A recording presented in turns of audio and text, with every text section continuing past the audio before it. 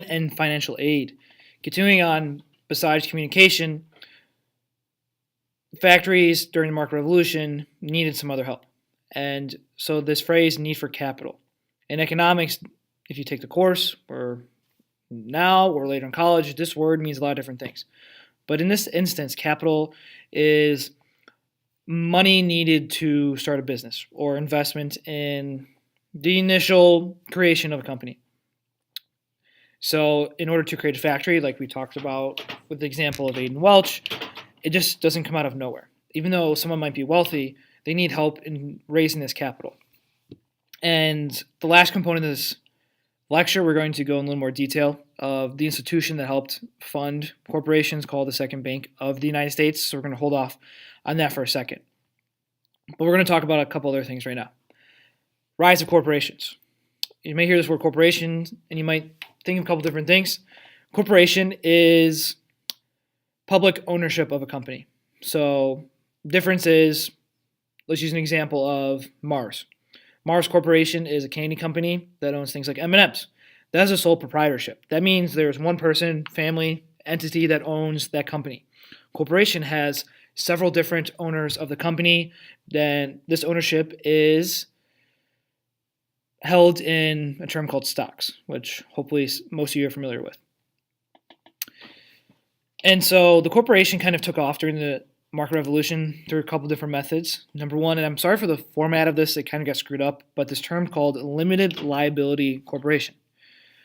So thinking back to Aiden's factory that he works at, let's say it's owned by Mr. Welch. He gets a bunch of capital from the Second Bank of the United States, plus he files for a limited liability corporation. Now, a couple of thoughts to this example. Mr. Welch, let's say before this was a corporation, he wanted to take on sole ownership, a sole proprietorship of this company. Now, he's taking on a lot of risk, not just risking his money, but also a lot of his assets. So, for example, let's say that people die in the factory. Let's say the products fail. Let's say, I don't know how shoes can be dangerous. I don't know, there's staples sticking out. Someone gets hit in the eye. Okay, and that happens a bunch of times because let's say, I don't know, Aiden's kind of not that good at making shoes, and the staples hit people in the eyes.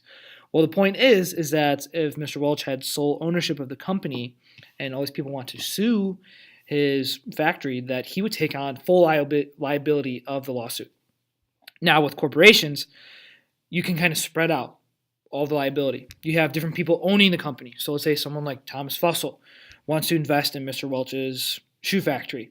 So he would go and buy stock in the company. Mr. Welch would use that money to maybe buy a new factory. Besides Thomas, you have thousands of people buying or want to get ownership of this popular factory. And now this liability is kind of spread out with the companies. It's not focused on Mr. Welch. So this is very important because people are now able to take on less risk creating companies. So we see a lot of corporations taking off because they see the chance to open a factory and create a lot of revenue.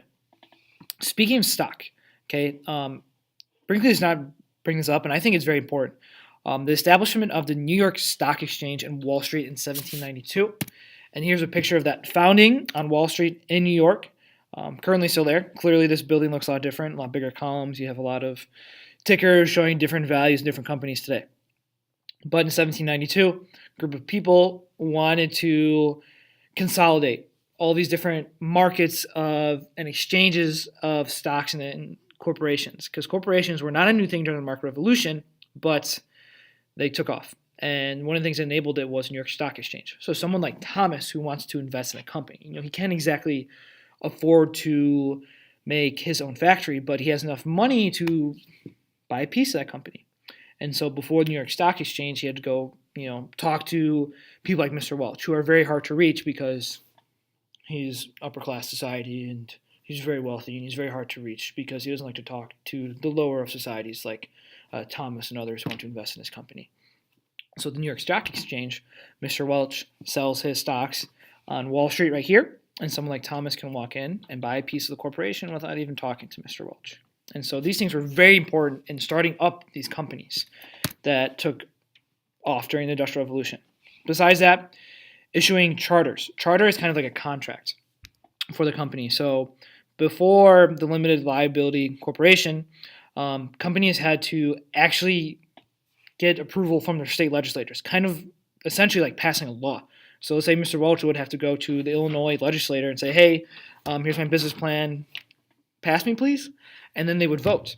As you can see, it's probably pretty hard to get past that stage. But with the limited liability corporations, kind of skip that barrier and people are able to create companies on their own, which again takes away a bunch of barriers to create companies. We're going to go over federal and state bonds later. This deals with need of capital. That's going to be our last topic of this lecture. Incentives. What do I mean by incentives? I mean incentives from the government. Okay, the government understood that we need to compete with Britain. We need to build some railroads, some canals. But besides that, they kind of need to kick some of these people in the butt and kind of give them some carrots, some incentives to start businesses. And one of the ways they did this would be through land grants. So let's say that I wanted to start a railroad company. It takes a lot of money, it takes a lot of risk. So instead of the United States paying me money to start my railroad company, they would actually pay me in land. So going back to this example, let's say, I was the owner of the first railroad company, the Erie and Ohio Railroad. Okay, so I wanted to build a railroad from Baltimore all the way to Ohio. But I don't have enough money. So the government gives me strips of land around the railroad, if you can try to follow my mouse. And besides using the land to build my railroad, I sell that land to other people and I use the revenue to create my railroad. Now I own it. Okay, the government did a lot of different ploys or different actions like selling land in order to incentivize business growth. Last thing, very important.